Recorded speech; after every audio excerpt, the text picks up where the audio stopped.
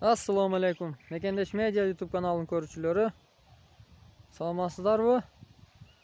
Мына полка боюнча дагы бир азыр гүлдөп уже горолоп атат. Сиздерге дагы бир видео тартып коеюн дейин. Каналга катталышты унутпаңыздар. Лайктан басып, жакшы ой пикириңиздер болсо комментарийге жазып коюңуздар. Мына гүлдөп атат. Мына өткөндө сиздерге көрсөткөнмүн. Мына азыр гүлдөдү, мына шак атканда көрсөттүм эде сиздерге. Мына азыр гүлдөп, мына буюрса алды мына уже гороло баштап атат мына.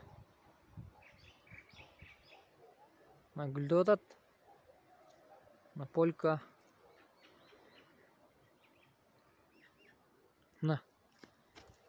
Азыр мен сиздерге өзүбүздүн местный сорттун дагы көрсөтөм.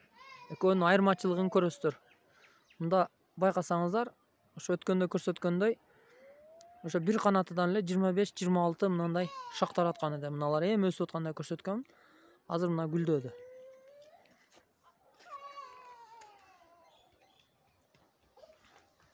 Мына астыдан чыккандары дагы жакшы өсүп атат. Бул мына алар чыкканы, булар быйылкы астыдан чыккан. Мына эмеси дагы жогон.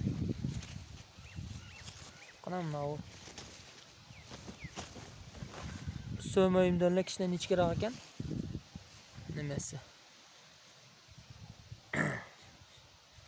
сотосу сөңгөгө жакшы өсүп атат. Бул дагы, бул астыдан чыкканы, бул быйылкы. Мына быйылкы эрте жазда чыккан, азыр где-то 40-60 сантиметр өсүптүр.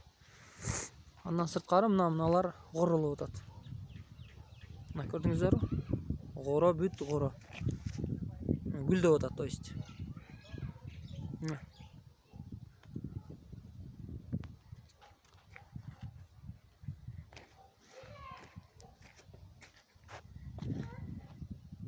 Мынантип горолоп атат. Мына. Мынабы дагы ошол эле астыдан былтыры кыркып койгон эдем күздө. Өткөндө сиздерге көрсөткөм, бул дагы азыр 50 сантиметрче өсүп калды. Бул эгер ушуну көбөйтөм десеңиздер, мага түшүмү кереги жок, мен көчөтүн көбөйтүшүм керек десеңиздер, ушинтип кыркып койсоңуздар, тамыр атат экен дагы, көчөт жакшы чыгат экен. Мен ушу былтыр мынаны эле калтырганмын, бирок мыналарды кыркып таштаганмын. Азыр бул өткөндө мен көчүргөнмүн, көчүргөндөн астыдан дагы чыкканы да булчу. Астыдан чыкканда азыр бул жерде дагы где-то бир 10дон ашыгыраак көчөт чыгыптыр мына. Мына бүт. Мынантип астыдан дагы чыгыптыр. Ошол эгер көбөйтөм десеңиздер, астыны кыркып коюңуздар. Көчөт алам десеңиздер.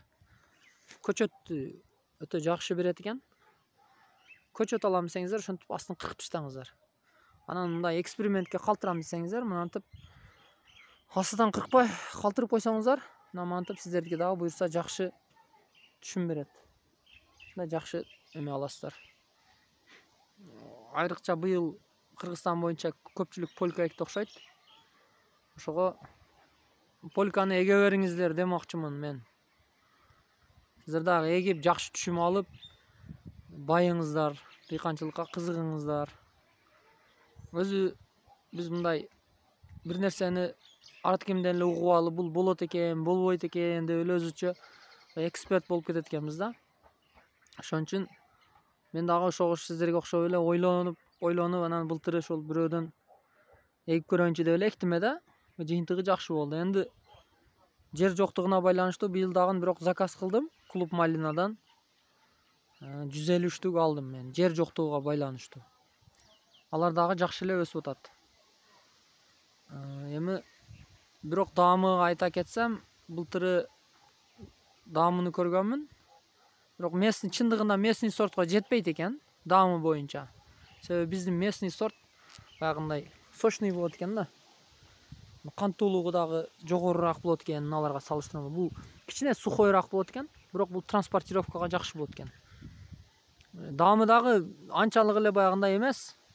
Бул дагы эле ширин эле, бирок местный сортко жетпейт экен да, мындайча айткандачы. Ошондуктан неме боюнча бул мындай түшүндүүлүгү көп болот экен да. Ошол айырмачылыгы ушул экен. Көп болот экен. Азыр мен сиздерге местный сорттун эмелерин көрсөтөм. Мына өзүңүздөр салыштырасыздар. Мынабы көчөттөр бул Маравилла деген көчөттөр. Маравиллада интернеттен издесеңиздер, бул дагы элитный сортторго кирет окшойт. Мындан дагы былтыры 200 сомдон алып тиккенмин. Эми кымбат экен деп, эми экспериментке деп 10 түп эксем, ушунан мындан да бир түп көктөдү да. Буну дагы астыдан кыркып таштадым эде. 18 түппү, 20 түппү чыкты. Буларды да көчүрдүм мынтип. Азыр чөптөр өсүп кетти. Мына, мынтип көчүрдүм. Мына. Ушул жерден 18 түп. Астыга ичине мына жакшыраак өсүптүр. Биогумустан сап койдум ичине. Буюрса жакшы эле өсөр. Канчалык болот эми көрөбүз. Маравилланы да көрөйүн. Сиздер да кызыгып, аз-аздан болсо да эксперимент кылып эгип көрөңүздөр туугандар. Негизи баягы кыргыздын макалы бар го, 1000 уккандан бир көргөн жакшы депчи. Ошого ар бир нерсени аз-аздан болсо дагы кылып көрүш керек экен да өзү. Ошого сиздер дагы эгип кылып көрүңүздөр. Ар кимден ар кандай сөздөргө ишене бербей, 10 түп болсо дагы, 20 түп болсо дагы кылып эгип көрүп, анан мындай көзүңүздөр менен көрсөңүздөр, анан ынанат экенсиздер да. Дыйканчылыкка кызыгыңыздар, байыңыздар. Ушундай миграцияда жүрбөй, мен дагы ушул миграцияга барбай, ушинтип малина кылсамбы, клубника кылсамбы деген максаттар менен ниет кылып жүрөм. Сиздер дагы ошого кызыгыңыздар. Айрыкча чет жерде жүргөндөр келип ушундай дыйканчылык кылыңыздар. Кыргызстанда канчалаган эмелер жатат, жерлер жатат. Кыбайбыз биз өзүбүз жалкообуз, ачыгын айткандачы. Азыр мен ушул жерде малиналарым бар, бирок ушул жерден дагы Кудайга шүгүр жакшы эле доход алам да. Мынтип казыктарын байлап, карап дегендей. Кичине чөбү өсүп кетти. Бул чөбүнү бышаарга жакын оруп, астынан жаңы чыккандарын карап, суюлтуп, бир жолу оруп таштайм бышаарга жакын. Ошону менен болду, чөбүдөн кутулам. Күзгө чейин буюрса малина терип сатабыз.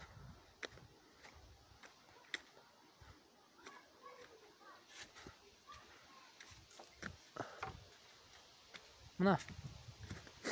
Мына биздин местный сорт. Өздүкүчө. Бул да гүлдөдү.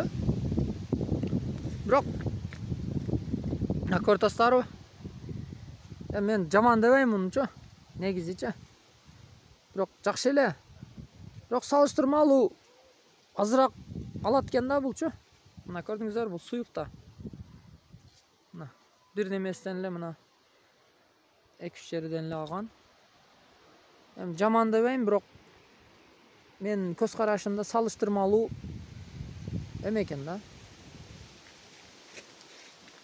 Полкага жетпейт экен. Бул көбүрөөк азыраак алат экен салыштырмалуу. Анан полканы баягы көбү айтып жүрүшөт. Эми мен өзүм көргөнүмдү айтайын. Бир эле сезон болот экен деди да. Андай эмес экен. Былтыры ошол биздин малина пышып бүткөндө пышкан. Мен мына местный сорт. Бирок мен жазда тиккениме байланыштуу, может кечирээк пышты окшойт. А так суук түшкөнгө чейин, декабрга чейин королор калып кетти да, пышпайчы. Бул дегени уже ала берет экен деген да. Анан көбү бир эле жолу алат экенсиң деп жүрүшөт. Мен көргөнүмдү айтып атам, туугандар. Ошондуктан ушу малинага кызыгыңыздар, малина кылыңыздар. Анан билбегендер, биринчи жолу көрүп атып, биринчи жолу малина кылып атам, билбейм дегендер болсо, комментарийге жазып коюңуздар. Биз дагы билебиз деп айтпайбыз, бирок билген тажрыйбабыз менен сиздер менен бөлүшүп турабыз. Мына ушул жерде азыр менин 6 соток малинам бар. Биз негизи дыйканчылык кылсак жакшы да. Көп түшүм берет. Мына ушундай. Азыр мен мына жерде да чынын айтсам малина кылып таштагым келип атат. Картошканын ордуна бирок картошка дагы эгиш керек болуп атат. Мындан башка жер жок.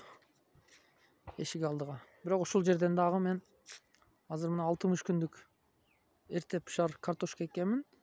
Картошка пышкандан кийин пышары менен эле сразу казып алам да, анын ордуга бадырың отургузам жылда. Жылда бадырың отургузам, бадырың дагы пышып семейный немеге жетет да, Кудайга шүгүр. Туздаганга, жегенге дегендейчи. 2 түшүм алам да, кыска мындайча айтканда. Ушул жерден элечи. Мен мурда өзүм да телевизордон, интернеттен көрүптөн кала берчүмүн. Ишене бербейт эдем. Кантип эле 2 түшүм болот деп көрсө болот экен да. 60 күндө эрте пышар картошканы эртерээк отургузуп, анан кийин ордуга бадырың отургузсаңыздар, тез эле түшүм берет. Ошондукай. Каналга катталышты унутпаңыздар, лайктан басып, комментарий жазып коюңуздар. Көңүл бурганыңыздарга рахмат. Сиздер менен Мекендеш Медиа YouTube каналы болду.